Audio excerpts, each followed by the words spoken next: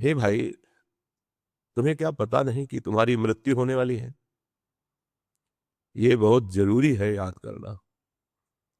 ये वो औषधि है जो भजन कराती है। मृत्यु मृत्यु का चिंतन भगवान का आश्रय दृढ़ कराता है, भगवान का भजन करने में तन्मयता देता है, और फिर मृत्यु का भय ही खत्म हो जाता है। इसलिए मृत्यु बहुत आवश्यक है। याद में रखना, मरना है। जब मरना है तो सब छूटना है। फिर पकड़ना क्या है? हरि नाम, हरि लीला गुण, हरि सेवा। इसलिए कह रहे तुम निश्चिंत क्यों दिखाई देते हो भ्राता? किम मरणम, क्या तुम मरोगे नहीं जो मनमानी आचरण कर रहे हो? विषय भोगों में भूले हुए हो, बड़े हर्षित हो कि हमारे पास बहुत धन है, वैभव है, परिवार है, भोग सामग्री है, कुछ कमी नहीं है। तो क्या तुम मरोगे नहीं? मरोगे तो ये सब जाएगा क्या तुम्हारे साथ? नहीं तो हाथ क्या लगा? विचारशील बनो। दूसरी बात कह रहे हैं, मलई के निलयो स्त्री पिंड भोगश प्रिया। ये तुम्हारा शरीर और दूसरे का शरीर भी मल मूत्र बनाने की मशीन है केवल। अच्छा सा अच्छा पेय और अच्छा सा अच्छा भोज चोष ले, ये पदार्थ पाओगे तो परिणाम में लघुशंका और शौच बनेगी। शरीर में जो अन्य धातुएं बनती हैं तो विषय भोग की प्रेरणा से उनका नाश होता रहता है। तो इन पिंडों में क्यों आसक्त हो रहे हो? क्या ये छूटेगा नहीं क्या? जब तुम्हारा शरीर छूटेगा तो फिर तुम्हारा रह क्या गया? जब छोड़ना ही है तो अच्छे बन के छोड़े ना। ये पापाचरण क्यों करते हैं? भोग स्पृहा के कारण पराई स्त्रियों की तरफ या अन्य शरीरों की तरफ भोग भाव करना। कह रहे मलई की निलय स्त्री पिंड भोग स्पृहा। इस शरीर को मैं मानकर जो दूसरे शरीरों में तुम मल युक्त हो रहे हो भोग वासना से, तो क्या तुम्हें ये ज्ञान नहीं कि तुम मरोगे? फिर ये राग तुम्हारी दुर्गति करेगा, ये पाप तुम्हें भयानक कष्ट देगा। अगर अभी सुधर जाओ तो चांस है, नहीं रोगा को बहिरंत रूपन मथन कृत द्वेषोथ रागा पर। जब तुम्हारे पाप पूर्व के फलीभूत होंगे तो भयानक रोग घेर लेगा शरीर में। उस रोग की स्थिति में तुम शरीर का ही चिंतन करोगे, दर्द में ही परेशान रहोगे, उसकी निवृत्ति के उपाय के चिंतन में परेशान रहोगे, भगवत भजन कहाँ हो पाएगा? इसके अगर आगे बढ़े तो अंदर क्षोभ पैदा करने वाले राग द्वेष बैठे हुए हैं। कहीं काम, कहीं क्रोध, कहीं लोभ, कहीं मोह, मद मत्सर, ये अंदर जला रहे हैं। तो तुम्हें सावधान होना चाहिए कि अविद्या ये अज्ञान के खेल में मैं फंस गया हूं। ये परम रोग है, जल्दी से छुटकारा नहीं मिलता भवबंधन से। कहीं तुम्हारे अंदर ऐसा हो कि मैं पुण्य दान करके स्वर्ग चला जाऊंगा, तो स्वर्ग में भी ऐसा ही है जैसा मृत्यु लोक में है। एक दूसरे से ईर्ष्या, एक दूसरे के भोग को देखकर जलना और भयभीत रहना, पता नहीं कब पुण्य क्षीण हो जाए और हमें फिर मृत्यु लोक में इन सब सुख सुविधाओं को छोड़कर जाना पड़ेगा। काम वहां उन लोकों में भी हमारा नहीं बना। तो कह रहे हैं श्री ब्रजेंद्र नंदन प्रेमोत्सव संगति। तुम्हें अवसर मिला है प्रेमोत्सव में सम्मिलित होने का। तो जो ब्रजेंद्र तनय प्रियालाल है, वृषभानु जी भी ब्रजेंद्र है और नंद बाबा भी ब्रजेंद्र है। ये जो प्रियालाल है, श्यामा श्याम है, इनके भक्तों का संग कर लो। परमो ब्रजेंद्र तनयो प्रेमोत्सव संगति। जो प्रियालाल के प्रेम में उन्मत्त भक्त जन हैं, उनका संग कर लो तो सर्वोपनिषद रहस्य परमम, जो सब उपनिषद है, शास्त्र है, उनका जो रहस्य है वो संत संग से आपकी समझ में आ जाएगा। और कोई समझ नहीं आती। निरंतर प्रभु का स्मरण करना और प्रभु में ही मुझे समा जाना है, उन्हीं की भक्ति में लीन हो जाना है, कुछ याद न रहे, ये सब शास्त्रों का सार है।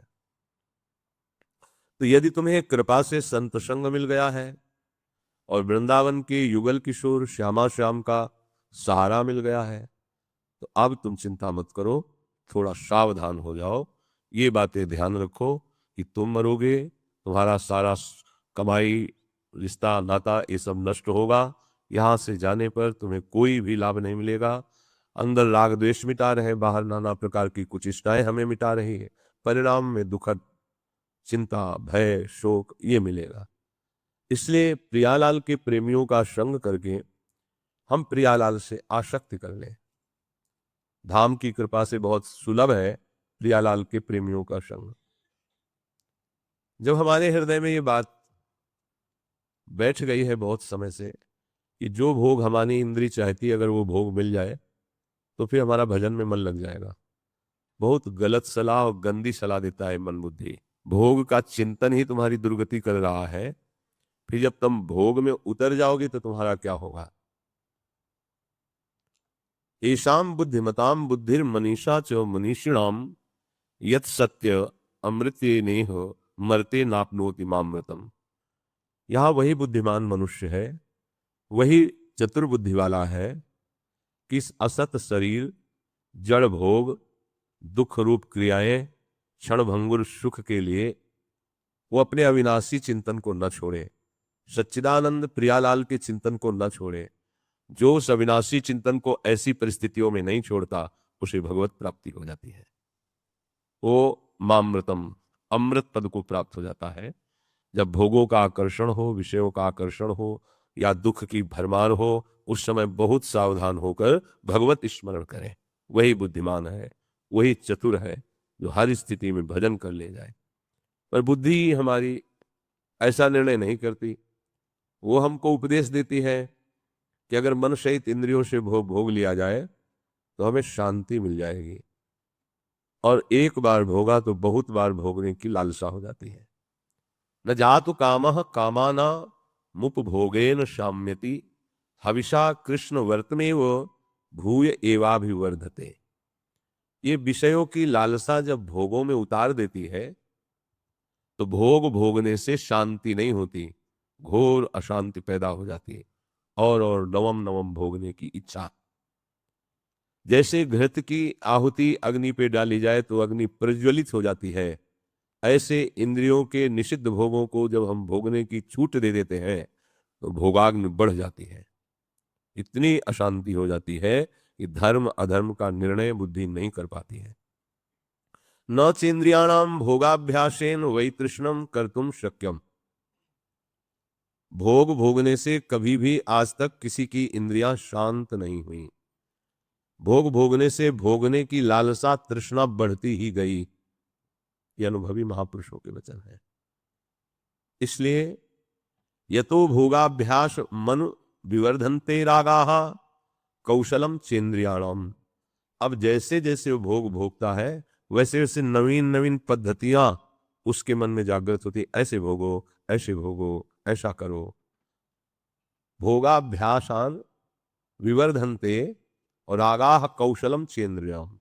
इंद्रियां बड़ी कौशलता से, कलापूर्ण ढंग से फिर भोगों में उतरती हैं। तस्माद् अनुपाया सुखस्य भोगाभ्यासः।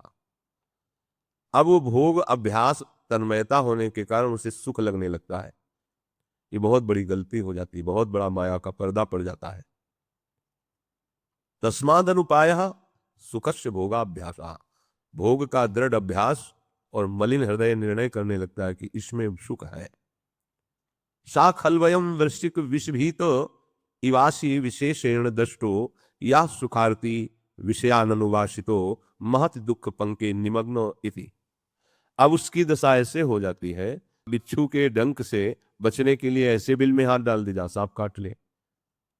अर्थात किसी भी तरह से भोग स्वीकार करना अपनी दुर्गति को निश्चय करना है। गृहस्थ धर्म में संतानोत्पत्ति के लिए भगवान को प्रणाम करके, देवताओं को प्रणाम करके, मर्यादा से जिन तिथियों को जैसा नियम बताया गया वैसे अगर मनमानी भोगाचरण हुआ तो कह रहे वृश्चिक विषभीत, बिच्छू के डंक से भयभीत होकर, अर्थात भोगों की लालसा से जो जलन हुई उससे बचने के लिए उसने भोगों में रति कर ली। तो ऐसा हुआ जैसे वृश्चिक के भय से बचने के लिए फणधारी सांप के बिल में हाथ डाल दे। या सुखार्थी विषयानुवासिते। अब सुख का तो लेश नहीं है, विषय की ही जलन है। महत दुख पंके निमग्न, वो बड़े भारी दुख में फंस जाता है, निकल नहीं पाता है। इसलिए सुख प्राप्ति का साधन परमार्थ है, अध्यात्म है, भोग संग्रह और भोग भोगना नहीं है। हमारे हृदय में जब ये निष्ठा बैठ जाएगी कि अब हमको केवल भगवान नाम जप करना है। ये बड़े भाग्यशाली के बैठेगी, वे और साधनों की तरफ मन दौड़ाएगा पर नाम में नहीं। इस जड़ जगत में चिदानंद त्रिगुणातीत भगवान का नाम है। नाम माया युक्त नहीं है, मायातीत है, त्रिगुणातीत है। जितनी देर आप नाम जप कर रहे हो उतनी देर आप त्रिगुणातीत है, क्योंकि नाम त्रिगुणातीत है। जैसे जैसे आप नाम जप करेंगे आपके अंदर दिव्य चेतना जागृत होगी। जो भगवत विमुख करने वाले आचरण है वो सब नष्ट हो जाएंगे। नाम जापक को कोई और साधन करने की जरूरत नहीं है। करे अच्छा है, पर करने की जरूरत नहीं है। नाम अपने आप में पूर्ण है। अहोबत स्वपचतो गरीयान यज्ञाग्ये वर्तते नाम तुभ्यम ते पुस्तपस्ते जुहो सस्नुराजा ब्रह्मानुचुर नाम गृणंति एते। अहो, जिसकी जिह्वा पर हे हरि आपका पवित्र नाम रहता है, वो चांडाल क्यों न हो, वो तुम्हारे नाम कीर्तन के प्रभाव से परम पवित्र हो जाता है, बड़ा श्रेष्ठ हो जाता है। जिसने नाम जप किया अब उसे तपस्या, यज्ञ, तीर्थ स्नान, वेदाध्ययन सब कुछ कर लिया, अर्थात उसको इन सब करने की आवश्यकता नहीं। नाम कीर्तन से तप आदि, वेदाध्ययन, तीर्थयाटन जो जो भी है उस सब का फल स्वयं मिल जाता है। इदम हि पुंसस्तपसः श्रुतस्य वा शिष्टस्य सूक्तस्य च बुद्धि दत्तयोः अविच्युतोऽर्थः कविभिर्निरूपितो यदुत्तम श्लोक गुणानुवर्णनम। वही भारी विद्वान है, वही बड़ा अनुभवी है, जिसने निश्चय कर लिया है कि अब हमारा एक ही लक्ष्य है भगवान के नाम का जप करना और उनका कीर्तन, नाम कीर्तन, गुण कीर्तन।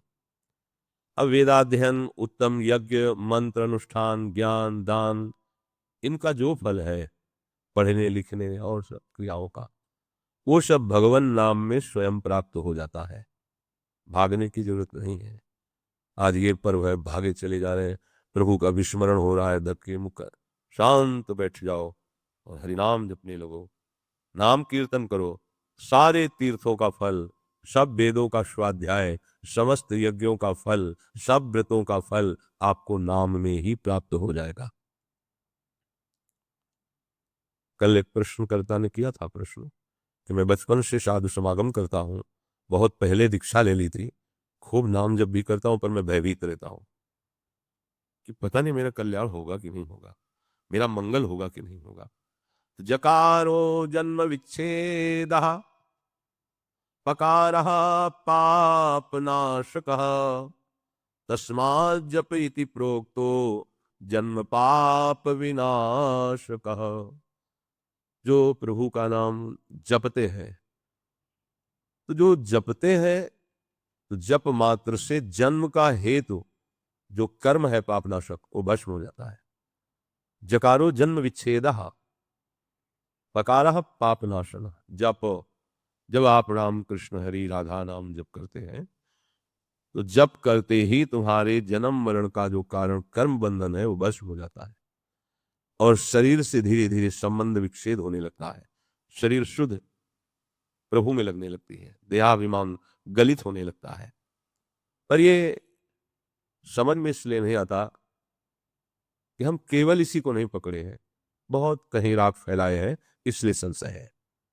सततम कीर्तयन्तो माम, सतत नाम कीर्तन, नाम जब चले और सत्संग सुनने को मिले। तो अब जैसे अपने लोगों के है तो ये थोड़ी कि कोई कल्याण हो जाए, मोक्ष हो जाए, ये हो जाने वाली बातें सब स्वाहा है, इनसे कोई मतलब नहीं। हाँ, अगर कभी पुकार होती, मांग होती, तो एक ही बात की होती है कि ऐसी कोई भी परिस्थिति आवे, दुखद या सुखद, हम आपको भूल न जाए, इतनी कृपा करते रहना बस। अब ये सब बातें खत्म की, दर्शन दे दो, हमारा कल्याण कर दो, मोक्ष हो जाए, ये बस। अब बस प्रार्थना कभी होगी दैन्यता से तो एक ही बात की होती है, बिसरी हो ना बिसारी हो, यही दान मुहि देओ। कहीं आपकी इतनी प्रचंड माया है, सुखद या दुखद परिस्थिति देकर आपको भुलवा न दे, इतनी सामर्थ्य हमें देते रहना।